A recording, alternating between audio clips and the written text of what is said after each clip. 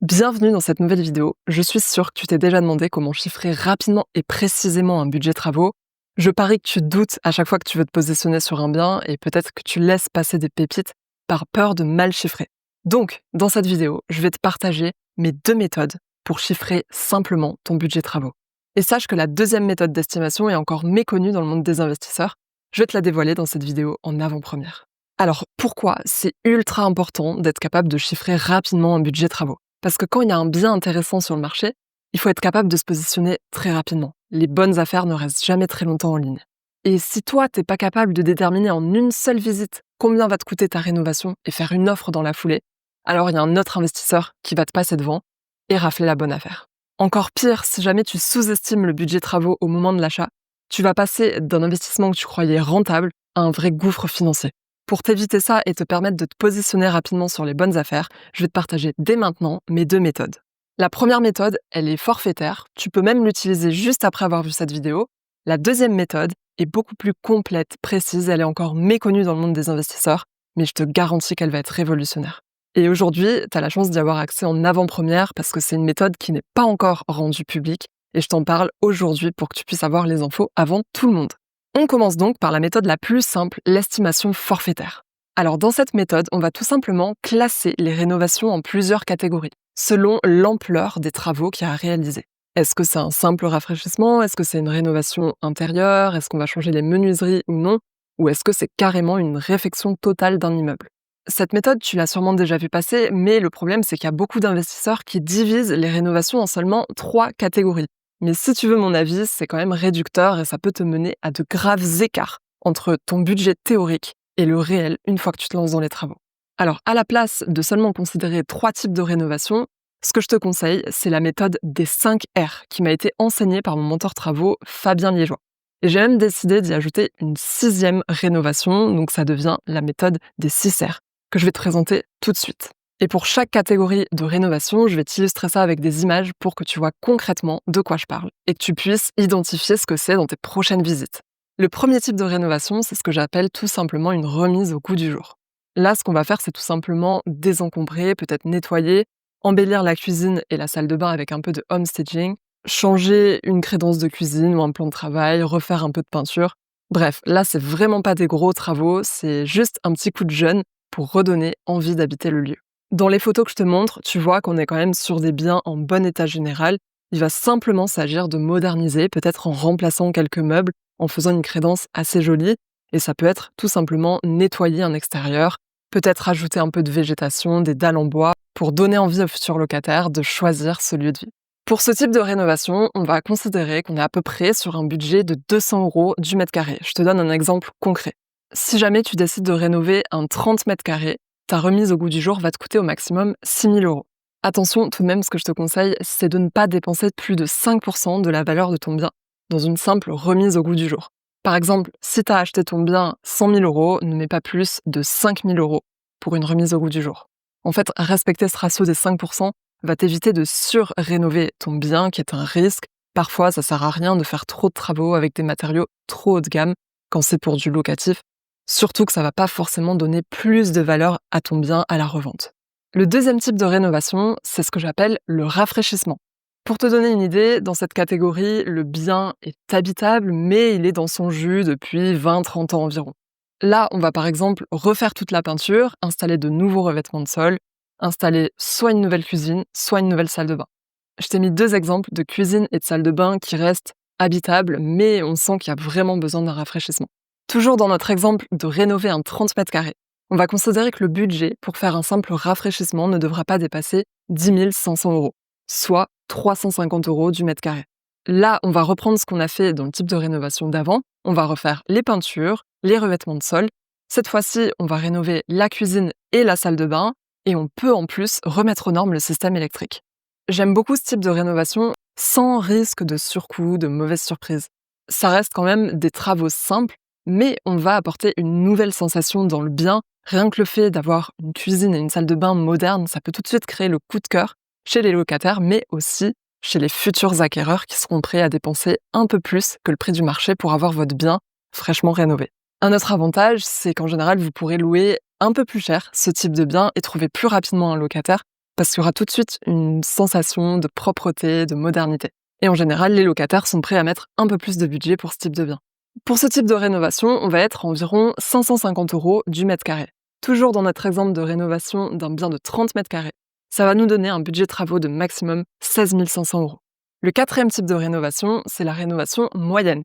On s'attaque aux choses un peu plus sérieuses. Et là, pour l'exemple, je vous ai mis des photos d'un appartement que j'ai moi-même rénové à Villeurbanne, où j'ai refait toutes les peintures, j'ai refait tous les sols, également la cuisine, la salle de bain. J'ai mis de nouvelles fenêtres en PVC double vitrage. J'ai créé, supprimé des cloisons, j'ai fait des faux plafonds. J'ai refait également l'électricité et la plomberie. Et je suis tombée à peu près dans ce budget que je vous annonce de 800 € du mètre carré. Pour un appartement d'une surface de 30 mètres carrés, ça nous donnera 24 000 € de budget travaux. En gros, pour ce type de rénovation, il faut vous dire que là, l'intérieur du bien est totalement à rénover. En général, ce sont des biens qui n'ont pas été rénovés depuis 40 ou 50 ans, donc typiquement les décos des années 80. Même si j'adorais le style de cette salle de bain rose, j'ai quand même dû la changer. Je pense que vous comprenez pourquoi.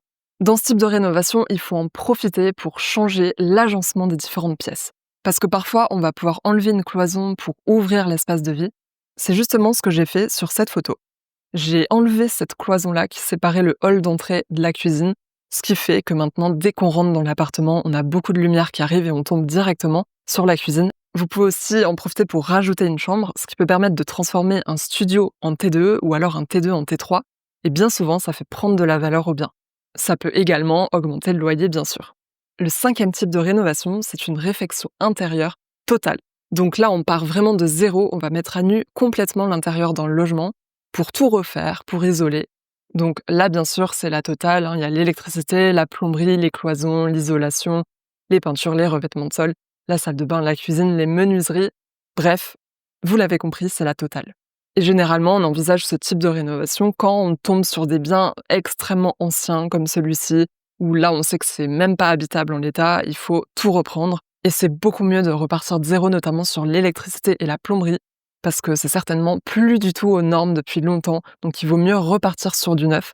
Bien sûr, c'est ce type de rénovation qui va potentiellement faire prendre une valeur énorme au bien, à condition de l'acheter bien en dessous du marché et d'avoir anticipé son budget travaux. Mais c'est généralement dans des cas comme celui-ci, vous pouvez faire de belles négociations et dégager une belle plus-value à la revente. Il faut aussi savoir qu'en général, les gens ont peur de ce type de bien parce que c'est sûr que ça implique beaucoup plus de travaux, potentiellement d'imprévus, de grosses œuvres. Je conseillerais pas ce type de rénovation à quelqu'un qui se lance, qui débute. À mon avis, il faut d'abord se faire la main avec les types de rénovation précédentes que je vous ai montrés, mais ça peut être un bel objectif d'avoir en tête ce type de rénovation le jour où vous serez plus avancé, plus confiant, plus compétent en travaux.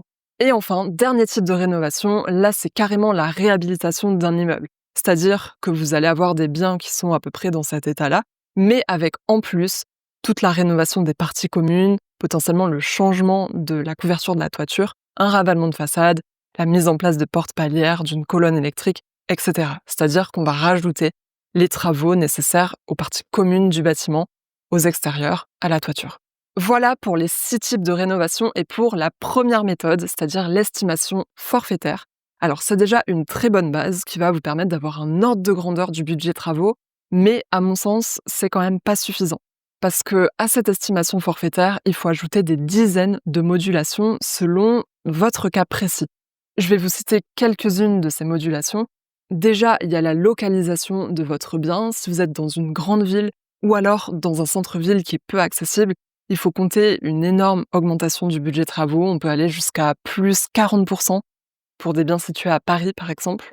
Si c'est une ville moyenne à plus de 100 000 habitants, il faut ajouter un bonus de 20% en général. Mais également, si c'est une ville trop rurale qui est très loin des villes moyennes, ça peut freiner les artisans ou alors il peut y avoir moins d'entrepreneurs, artisans fiables sur le secteur, donc il faut aussi le prendre en compte. Une deuxième modulation nécessaire à cette estimation, c'est le type de bâti. Tout ce dont je viens de vous parler, ça va fonctionner pour les biens qui sont construits après les années 48.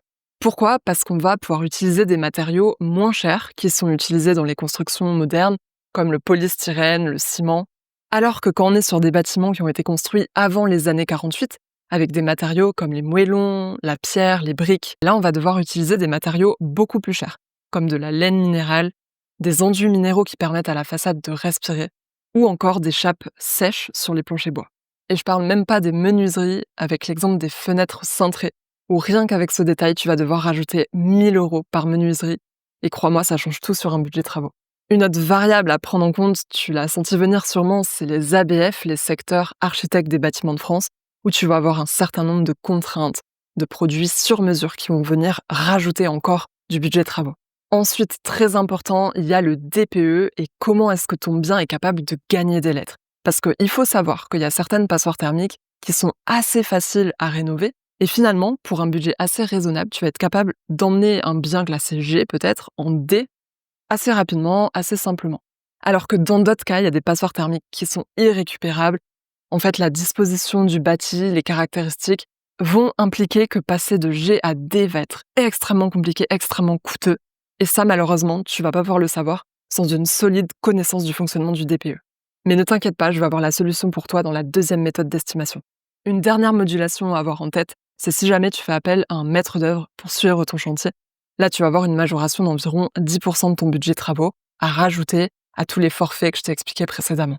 Ok, donc là, ce qu'on voit, c'est que cette méthode avec les forfaits au mètre carré, c'est bien, ça te donne déjà une base, un ordre de grandeur, mais il va te falloir une autre méthode si tu veux être encore plus précis dans ton budget travaux et prendre en compte toutes les modulations, toutes les spécificités de ton bien, que ce soit le secteur, le DPE, les caractéristiques techniques du bâtiment. Cette deuxième méthode encore méconnue dans le monde des investisseurs, ça va te permettre de faire ton budget travaux hyper rapidement et en étant encore plus précis. Avant de passer à cette deuxième méthode, j'ai une petite anecdote qui va te surprendre, mais avec mon ami Fabien, qui est aussi mon mentor travaux, on a fait un sondage sur nos réseaux sociaux pour savoir ce qui bloquait les gens sur la partie travaux. Et sur les 800 réponses qu'on a eues, tiens-toi bien, 70% d'entre vous ont admis que l'estimation de travaux, c'était un vrai blocage et que vous n'arriviez pas à la faire correctement. Et c'est pour ça que ça fait des mois que Fabien est en train de travailler sur un projet, le logiciel Rénover pour gagner. Ça va être un outil tout en un, spécial investisseur rénovateur, qui va estimer ton budget travaux en quelques clics. Il va également permettre de réaliser un DPE projeté en un éclair pour trouver le scénario de rénovation qui va maximiser la performance énergétique tout en minimisant tes dépenses travaux. Et tu vas aussi trouver plein de fonctionnalités pour pouvoir diviser ton budget travaux par 2, même si tu n'as aucune connaissance en rénovation. Et le mieux, c'est que ce logiciel va évoluer mois après mois, toujours dans le but d'optimiser les rénovations des investisseurs. Je pense vraiment que ce logiciel va bousculer les codes de l'investissement immobilier. Et aujourd'hui, tu as la chance d'y accéder en avant-première, puisque jeudi 4 septembre à 20h, il va y avoir une présentation en live. Pour la première fois, Fabien va présenter cet outil au public. Personnellement, j'y serai présente dans le chat. On va pouvoir poser également toutes nos questions à Fabien. Je t'ai mis le lien vers ce live exclusif à ne pas manquer dans la description de cette vidéo. J'espère t'y retrouver jeudi soir et je te dis à très vite pour une prochaine vidéo. C'était Pauline.